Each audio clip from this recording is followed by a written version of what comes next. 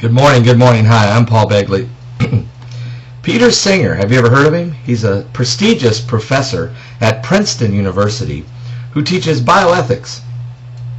And he's so intelligent that he has decided that it's okay to kill babies anywhere up to 28 days after birth. It would be okay. It's ethically okay according to his bioethics class that he teaches to the best and the brightest minds of America. Now, you might say, what?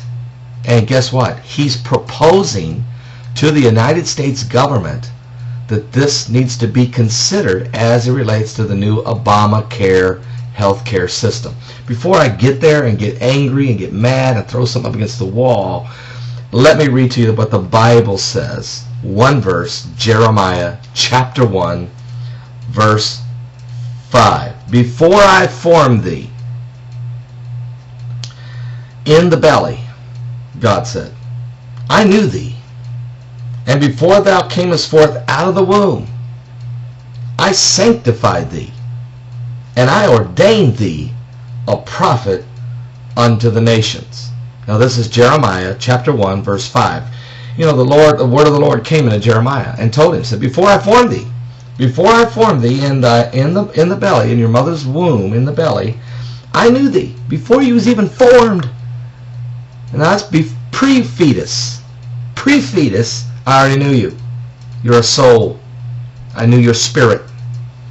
And then, before you came out of your mother's womb, so while you were still a fetus, according to Peter Singer, the great prestigious bioethics professor from Princeton University, pathetic, putrid that comes from his mouth, the prophetic, prestigious Professor Peter Singer.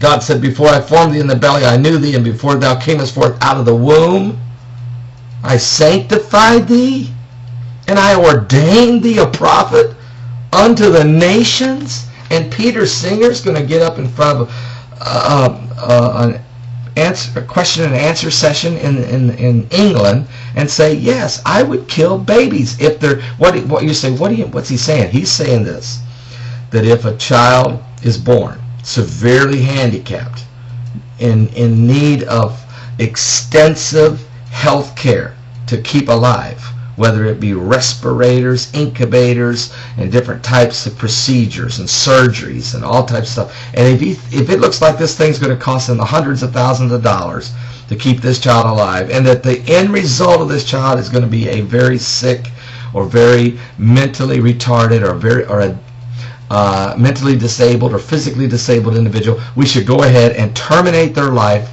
and we have to make that decision between birth and 28 days. He also regards that the fetus is no different than a baby. I agree with him on that, because a fetus is a baby. But his point is, because we go ahead and abort fetuses and go ahead and abort children before they're born, what's the big deal if we kill a few after they're born, if it looks like they're mentally retarded or have Down syndrome? Down syndrome! Let me read to you what it says here from the article and the interview that he had with the UK Independent out of England. This internationally known Princeton bioethics and animal rights activist, which, what an oxymoron that is, says he would kill disabled babies if it were in the best interest of the family. Yeah, it's the best interest of American families to kill the babies, because he sees no distinction in a child's life whether it is born or not. The world already allows abortion, so what's the big deal, according to professor from Princeton, bioethics teacher Peter Singer. Now, these comments he made while, like I said, a question and answer session with the UK Independent out of England. His newest sermon on his beliefs came in a question and answer interview. Singer's response to a question given to him by Karen Mead, she said, would you kill a disabled baby? Peter Singer said, yes. If it was in the best interest of the baby and of the family as a whole. Many people find this shocking, yet they support women's rights to have an abortion, he said. He added that one point on which he agrees with the pro-life movement, as I said earlier, is from the point of view ethics rather than the law. That is, there's a sharp distinction between fetus and newborn baby. The statement furthers the arguments that Peter Singer's position is just an extension of the culture of death that has developed in the world, with euthanasia being legal in some locations of the world, abortion being legal in many countries of the world, and in even some repressive societies, it's become an active business to go ahead and harvest healthy organs from victims to give to the wealthy who can pay for it. In other words, kill one life to preserve a more important life. So who's more important, Peter Singer or a disabled child? Why don't we kill Peter Singer and let all the babies live? Now, that's radical, isn't it, from a preacher? I'm just asking the question. Would it be morally right to kill Peter Singer and save the babies? Would we sacrifice one for the benefit of all? Peter Singer says that we should sacrifice all of the sick, weak, and the less fortunate among us because of the elite, the prestigious professor from Princeton, Peter Singer, believes in his bioethics class that he teaches is that we should go ahead and have the right to kill the babies before they're born, while they're being born, and up to 28 days after they're born. Now this is a mind-boggling statement he made about comparing humans to cows. Singer was asked what he thought was the value of life. Singer says there's no difference from other forms of life between man and other animals. Therefore, man's life is not worth more, for example, than a cow. I recommend we have Peter Singer burgers, since there's no difference. And he says he told readers he would kill 10 cows, though, before killing one human. Not because the human's life has more value than the cow, but because humans would mourn. What, cows don't cry? But anyway, I mean, it's kind of weird. The guy says he's an animal rights activist, yet he's talking about killing babies? And then it goes on to say, however, he did qualify, that is, if the human was normal. So in other words, he would rather kill a disabled child than kill a cow.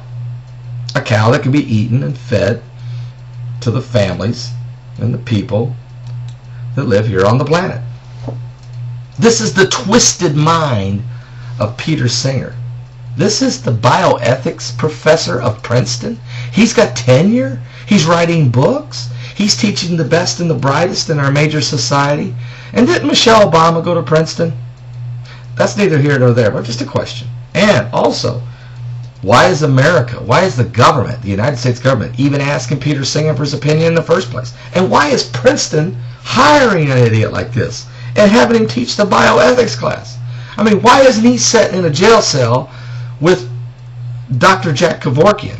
And why is Dr. Jack Kevorkian not in jail? And how sick has our society become? Recently in Chicago, a nurse said that 2 babies she witnessed that were born, they were scheduled for abortion, but when they were born, supposedly dead, they were alive. So the doctors went ahead and laid the babies in a room, in a closet, a linen room, shut the door on them, and just waited for them to silently die. One child took 6 hours to die. Another child took 3. But it was totally legal because the baby was scheduled for abortion. If you don't have rage over what I'm talking about, then you don't have a conscience. And if you don't have a conscience, you don't have a soul. And if you don't have a soul, you don't have a hope. Peter Singer, you have none of these. Face God in judgment with this. Take your chances. I hope you're standing there with 50 million aborted children from America, and God asks them what should be done with you. I'm Paul Begley. It's going to get worse.